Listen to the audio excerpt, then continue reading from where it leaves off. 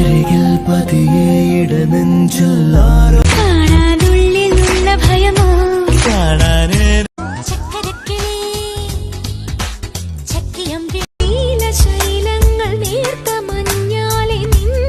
എടുത്തു പറയത്തക്ക അധിക ചിത്രങ്ങളൊന്നുമില്ലെങ്കിലും അഭിനയിച്ച ഒന്നോ രണ്ടോ ചിത്രങ്ങൾ മാത്രം മതി ചില നടിമാരെ നമുക്ക് ഓർത്തിരിക്കാൻ. അങ്ങനെ ഒന്നോ രണ്ടോ ചിത്രങ്ങളിൽ അഭിനയിച്ച് ഫീൽഡ് ഔട്ട് ആയതും വിവാഹശേഷം അഭിനയം നിർത്തിയതുമായ നടിമാരെ നോക്കാം. മീനാക്ഷി. മലയാളത്തിലെ വെള്ളി നക്ഷത്രം എന്ന ചിത്രത്തിലൂടെ ശ്രദ്ധ നേടിയ നടിയാണ് മീനാക്ഷി. തമിഴിലും തെലുങ്കിലുമായി ഷർമിലി എന്ന പേരിലാണ് മീനാക്ഷി അറിയപ്പെടുന്നത്.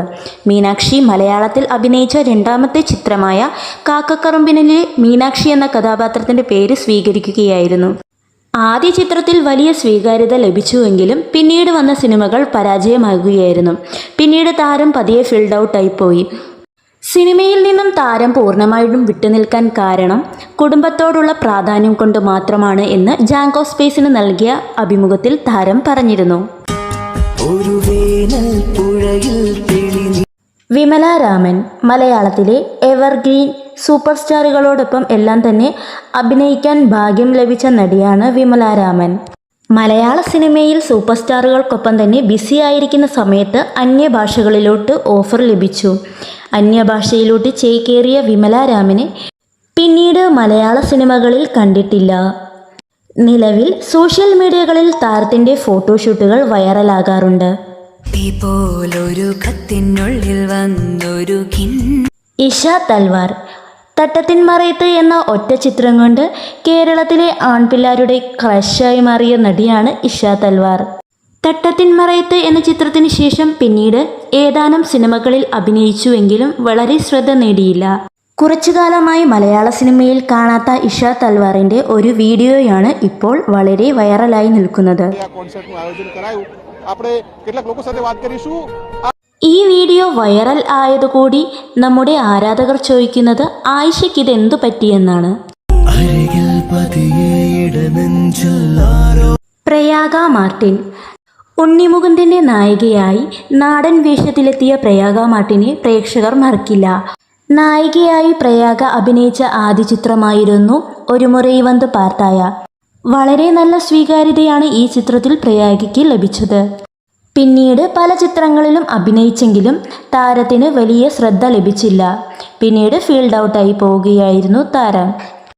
എന്നാൽ നാടൻ രീതിയൊക്കെ മാറി ഇപ്പോൾ മോഡേൺ ലുക്കിലെത്തി താരം പ്രേക്ഷകരെ ഞെട്ടിക്കാറുണ്ട്. പല വിവാദങ്ങളിലും താരം കുടുങ്ങിയിരുന്നു. നല്ല കഥാപാത്രങ്ങൾ താരത്തെ ഇനിയും തേടിയെട്ടട്ടെ എന്ന് നമുക്ക് ആശംസിക്കാം.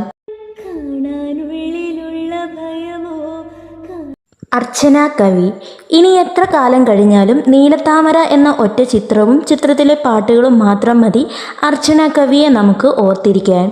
വളരെ പ്രേക്ഷക പ്രീതി നേടിയ ചിത്രമായിരുന്നു നീലത്താമര. നീലത്താമരയ്ക്ക് ശേഷം അർച്ചന കവി ഏതാനും ചിത്രങ്ങളിൽ അഭിനയിച്ചുവെങ്കിലും വലിയ ശ്രദ്ധ നേടിയില്ല. പിന്നീട് താരം ഫീൽഡ് ഔട്ടായി പോവുകയായിരുന്നു. ഈ അടുത്തിടെ ഐഡന്റിറ്റി എന്ന ചിത്രത്തിലൂടെ താരം വൻ തിരിച്ചുവരവ് നടത്തിയിരിക്കുകയാണ്. വസുന്ധര ദാസ്. മലയാള ചലച്ചിത്രം രാവണപ്രഭുവിലെ നായികയാണ് വസുന്ധര ദാസ്. ഈ ഒരു ചിത്രം മാത്രം മതി വസുന്ധരയെ നമുക്ക് ഓർത്തിരിക്കാൻ.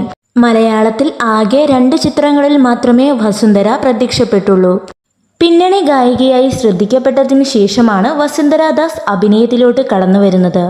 അഭിനയത്തിന് വലിയ പ്രാധാന്യം നൽകാത്ത വസുന്ധര ദാസ് 2012 വിവാഹിതയാകുകയും പിന്നീട് കുടുംബജീവിതം നയിക്കുകയും ചെയ്യുകയാണ് താരം. അഭിനയം ഉപേക്ഷിച്ചെങ്കിലും സംഗീതം താരം പൂർണ്ണമായും ഉപേക്ഷിച്ചിട്ടില്ല. തമിഴ്, തെലുങ്ക്, ഹിന്ദി ഭാഷകളിലായി 30ഓളം ഗാനങ്ങൾ താരം ആലപിച്ചിട്ടുണ്ട്.